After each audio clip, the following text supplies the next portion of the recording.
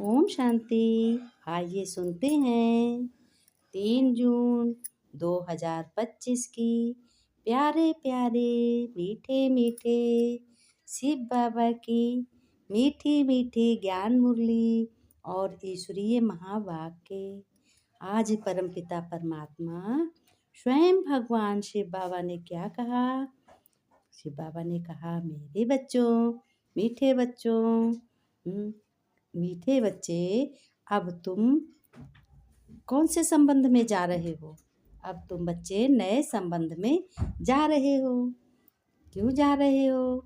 अब इसके लिए भगवान कह रहे हैं, इसलिए तुम जा रहे हो कि इसलिए यहाँ के कर्म बंधनी संबंधों को भूल जाओ, क्योंकि तुम्हें नया दुनिया मिलेगी, नया सतयुग मिलेगा।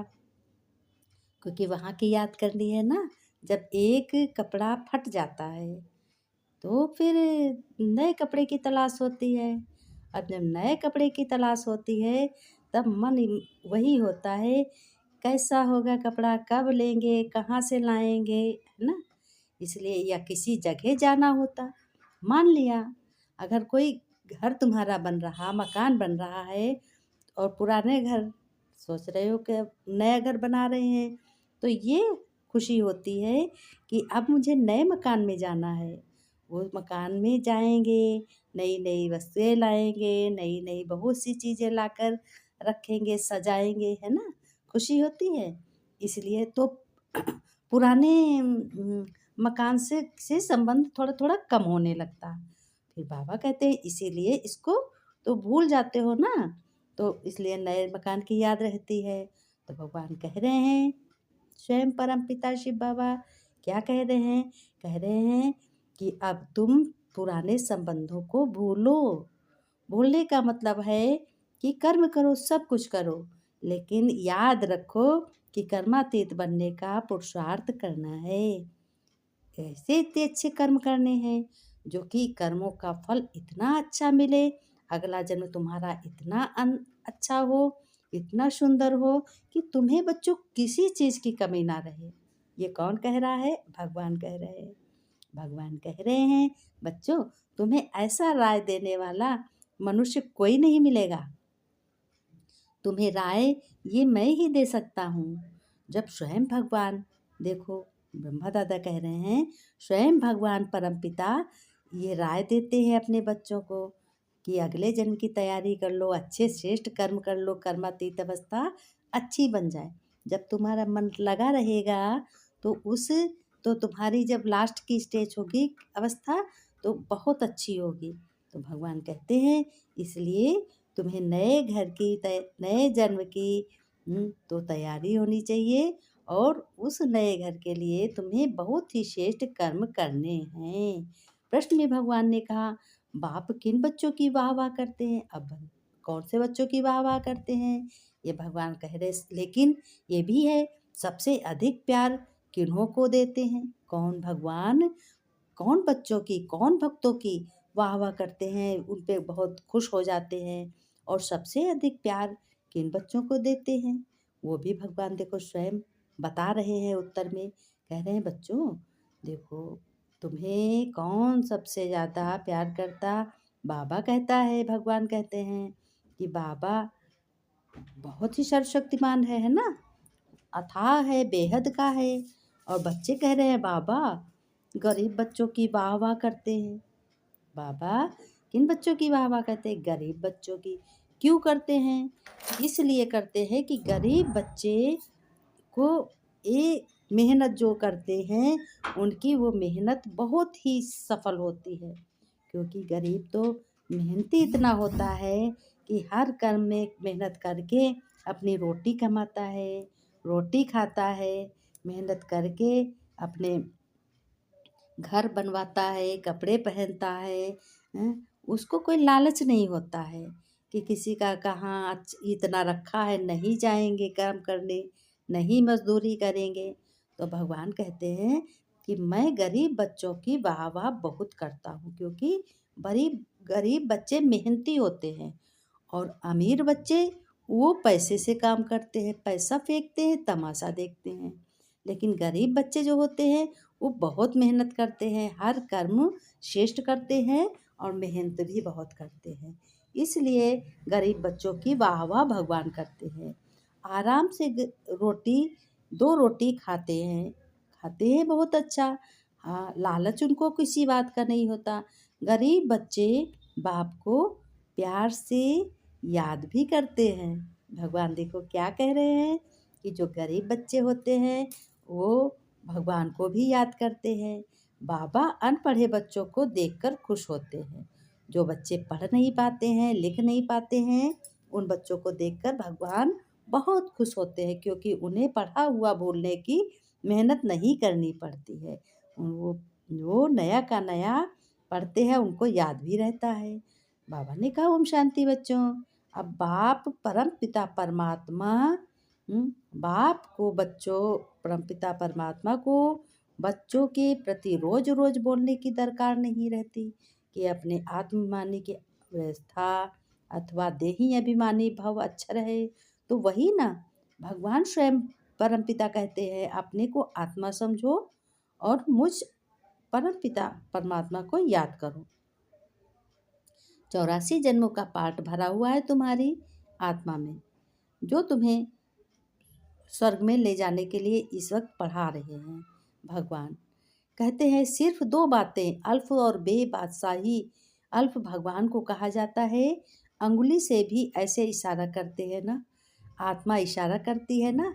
बाप कहते हैं हे है भक्ति मार्ग में, तुम मुझे याद करते हो, तुम सब मेरे कौन हो, आशिक हो। यह भी भगवान कहते हैं कि जानते हो बाबा कल्प कल्प आकर सब मनुष्य मात्र को दुख से छुड़ाते हैं, सुखी बनाते हैं और देते क्या हैं, सुख भी देते हैं और शांति भी देते हैं। भगवान तब बाबा ने कहा था, ब्रह्मा दादा ने, कि बाबा ने कहा था कि सिर्फ यह बोर्ड लिख दो कि मैं विश्व की शांति बेहद का बाप कैसे स्थापन कर रहे हैं, सो आकर समझो। किससे समझोगे? इस ज्ञान मुरली के द्वारा समझोगे। 1 सेकंड में विश्व का मालिक 21 जन्म लिए बनना है, तो आकर समझो। भगवान कहते हैं कि 3 पैर पृथ्वी के मांगे थे, तो याद है 21 जन्म के लिए तुम निरोगी बन जाते हो और पढ़ाई पढ़कर स्वर्ग की बादशाही भी तुम्हें मिल जाती है। प्रजा भी कहेगी कि हम स्वर्ग के मालिक हैं। आज मनुष्यों को लज्जा आती है। क्यों लज्जा आती है? किस लिए लज्जा आती है? क्योंकि सभी मनुष्य नर्कवासी हैं। रावण की मत पर चल चल के नर्कवासी हो गए। एक दूसरा मार काट करता है, उसको देखकर बहुत लोग गंदी बात सीख जाते। बहुत लोग मारकाट करने लगते। पापाचारी, भ्रष्टाचारी, अत्याचारी बहुत दुनिया में अथाह है। लेकिन भगवान कहते हैं कि खुद कहते हमारा बाप स्वर्गवासी हुआ तो नरकवासी हो ना। जब भगवान ने कहा अच्छा काम करने वाले के लिए खास कहते हैं, कौन कहता? भगवान। अच्छा काम जो बच्चे करते हैं उन बच्चों के लिए, उन भक्तों के लिए भगवान क्या कह रहे हैं वो ध्यान से सुनो। भगवान कह रहे हैं कि ये बहुत महादानी था। कौन था? ब्रह्मा दादा। ये स्वर्ग गया परंतु जाता कोई भी नहीं, कोई भी जाता नहीं है। नाटक सब जब पूरा होता है तो सभी स्टेज पर आकर खड़े होते हैं। ये लड़ाई भी तब लगेगी जब सभी एक्टर्स यहाँ आ जाएंगे, फिर लौटेंगे। एक्टर्स कौन? जैसे आत्माएं शरीर छोड़कर आत्माएं जा रही हैं, इधर उधर भटक रही हैं, और वो आत्माएं वहाँ रुकी हुई हैं सुख धाम में, शांति धाम में, और वो जब आएंगी यहाँ तब नई दुनिया बन जाएगी। और नई दुनिया बनते बनते जो अच्छे कर्म कर रही हैं वो जाएंगी, फट से आ जाएंगी यहाँ फटाफट, तो लौट आएंगी। वही एक्टर्स कौन है? आत्मा एक्टर्स है।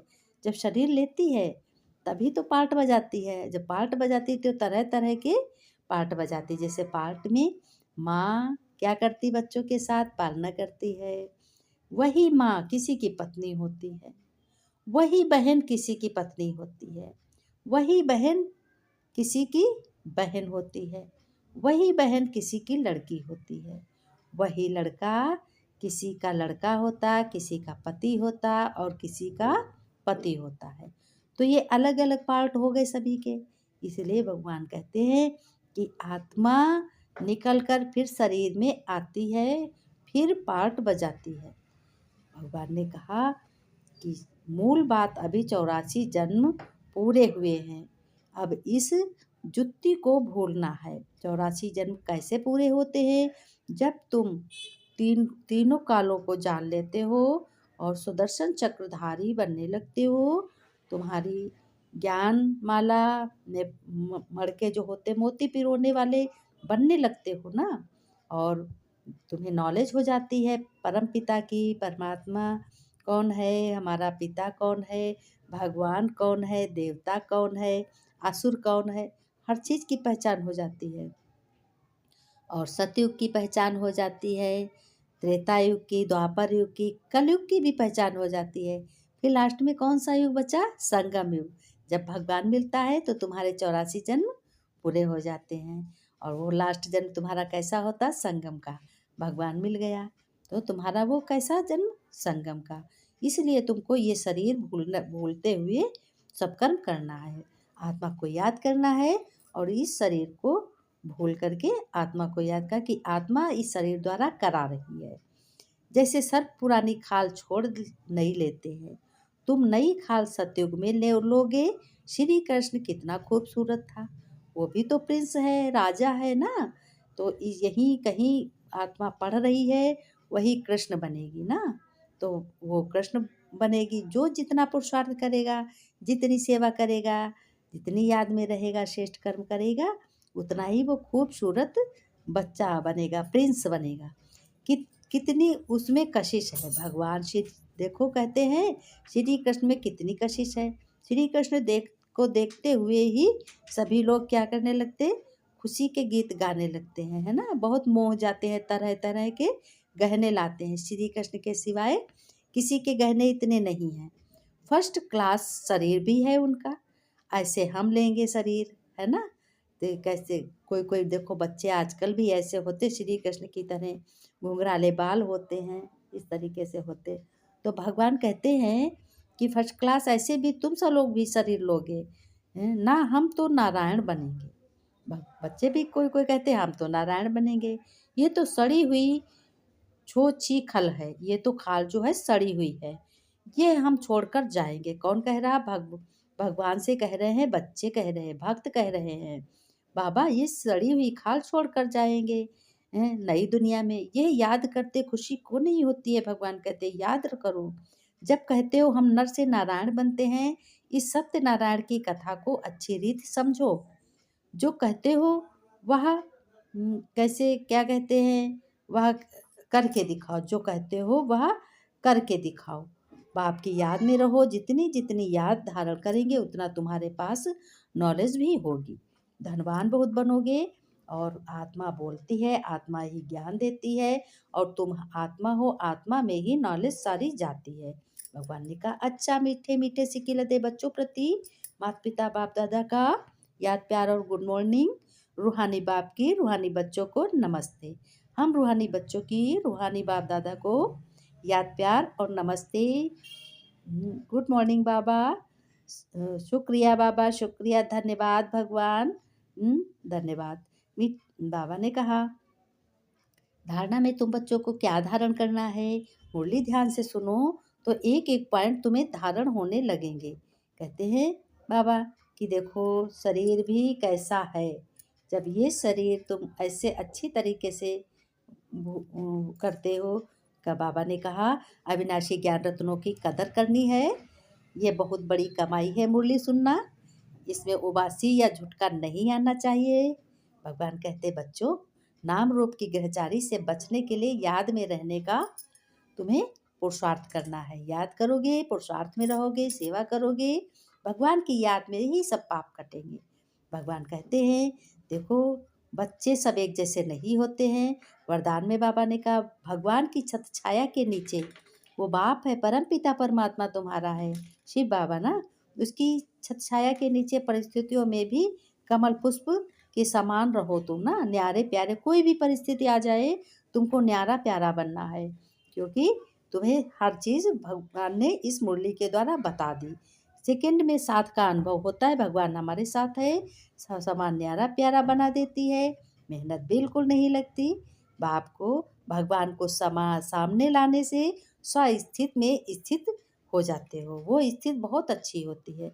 स्लोगन में बाबा ने कहा, बातों का पर्दा बीच में आने ना दो, तो बाप के साथ का अनुभव बहुत अच्छा होता रहेगा। अभक्त इशारे बाबा ने कहा, तुम सत्य हो और शरीर झूठा है, सत्य ज्ञान है, सत्य भगवान है, सत्य ड्रामा है। आत्मिक इशारे, किसी भी विघ्न से, किसी भी परेशानी से मुक्त होने की युक्ति रास्ता क्या है? सेकंड में स्वयं का स्वरूप अर्थात आत्मिक ज्योति स्वरूप इस वक्त याद में आ जाए और कर्म में निमित्त भाव का आ जाए। भगवान ने कर्म में निमित्त भाव का आ जाए, डबल लाइट स्वरूप में स्थित हो जाओ कि भगवान हमारे साथ है, कोई भी विघ्न आए बढ़ने में रुकावट नहीं डाल सकेगा। ओम शांति बच्चों, खुश रहो, मुस्कुराते रहो, खजाना खुशी का लुटाते रहो, ऐसे ही मुरली की धारण करते रहो। ओम